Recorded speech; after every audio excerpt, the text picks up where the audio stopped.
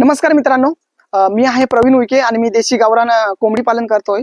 आणि हे बघू शकता, हे आहे माझ्या हातामध्ये कोंबडीचं अंडी। आणि हे अंड्याचा साईज जरी तुम्ही बघितलं तर हे मीडियम नाही, पण मीडियमतून थोडं मोठं आहे।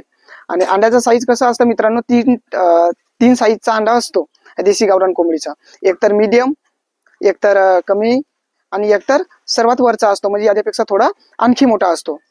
तर मित्रांनो, जर कोंबडीला मोठं व्हायला लगभग 6 महिने लागतात आणि 6 महिन्यानंतर हे कोंबडी अंड्यावर येतो, है ना।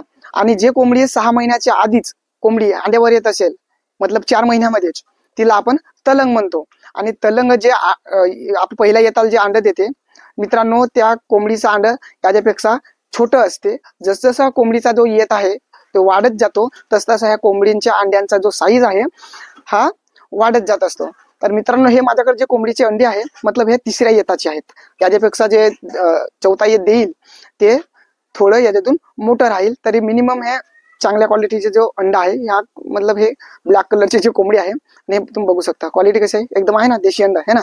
तर व्हिडिओ कसं वाटलं मित्रांनो नक्की सांगा आणि कमेंट मध्ये। आणि व्हिडिओ आवडला असेल तर ह्या व्हिडिओला सबस्क्राईब नक्कीच करा। तर भेटूया मित्रांनो नेक्स्ट व्हिडिओ मध्ये। तर बाय।